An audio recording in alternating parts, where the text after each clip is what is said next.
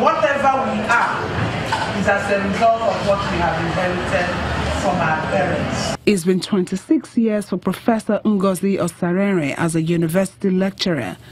After her class, she talks about Nigeria's education system. The educational system, there is nothing basically wrong with our system, but it's the running of the system that has a problem. We have very wonderful policy, but it's implementing those policies that is the issue. We still have serious issues with infrastructure. We still have serious issues with materials. We still have serious issues with staff welfare. A staff that is not happy will not be able to give all, will not be motivated to give all. But that does not mean that we are not doing our best.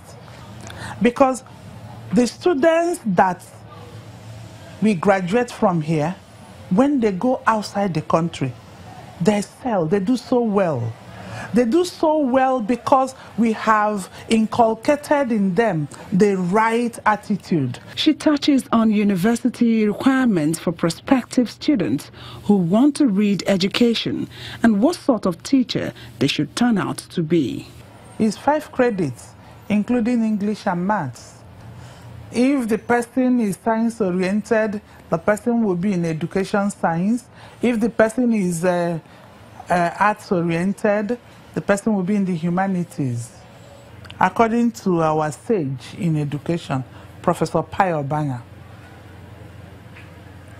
a qualified teacher is not necessarily a competent teacher. And a competent teacher is not necessarily an efficient teacher.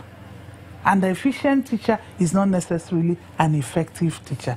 We are more interested in the effective teacher. I've been an educationist for about 19 years now, and being in the education industry, you meet with a lot of teachers that are ready to do the job, teachers that love their job, and teachers that are intellectually sound.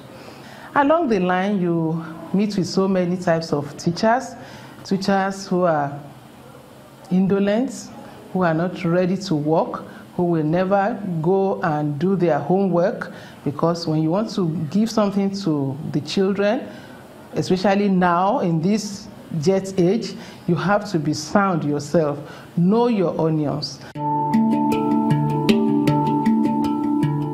However, one major concern is what has been described as the continued decline in the education sector, owing not just to inadequate infrastructure, but to other modifiable factors. In the secondary schools, we have, in some states, or rather in many states, they don't have the full complement of teachers for all the subjects. Some key subjects, English, maths, and the sciences, in most states, except the schools in the urban areas. There are some places you go to, you have, in a school, you have like 4 teachers in a school. And those students are supposed to prepare for WAEC.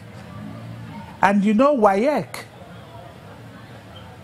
is a regional exam, not a national exam.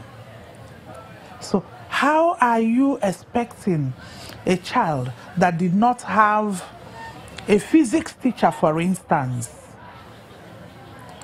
to write physics in WAEC with people that had physics teachers from SS1, SS2, SS3? There should be deliberate policy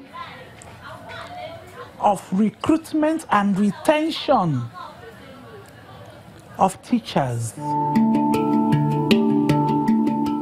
This syndrome of everyone is working, the father is not at home, the mom is not at home. Most times you discover that these children are left on their own. They do these things, at times they don't just do it.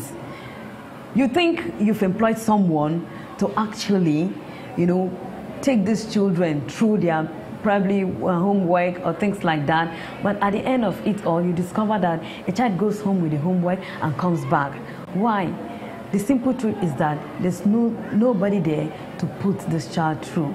Quite okay, a lesson teacher may be employed for that child, but the lesson teacher is just there to have 2 hours to spend with you. Let's do this. This is what I have planned for you today. Let's just do it. What about the rest? It is the parent, the mom or the dad that will be there and make sure that this child goes through all of these things and is set for the next day. Yet, the ball is also in the court of some of the teachers. There are so many things that you can find out amongst the students.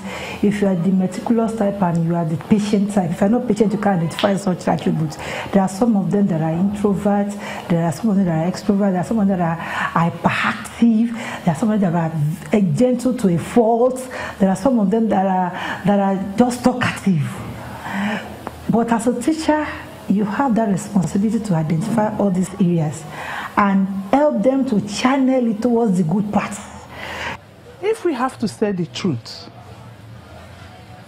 some of the people that parade themselves as lecturers have no business being in the tertiary institution. In terms of the attitude to work, the attitude to students.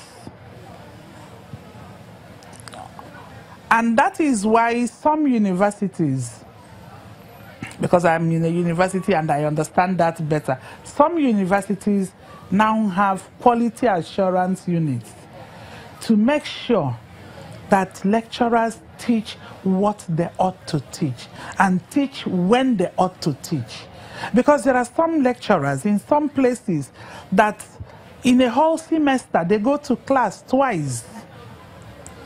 They come, introduce the course, and go away. And come towards the end.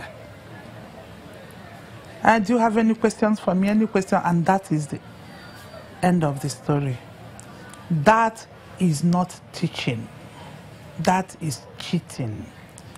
But we still have very many committed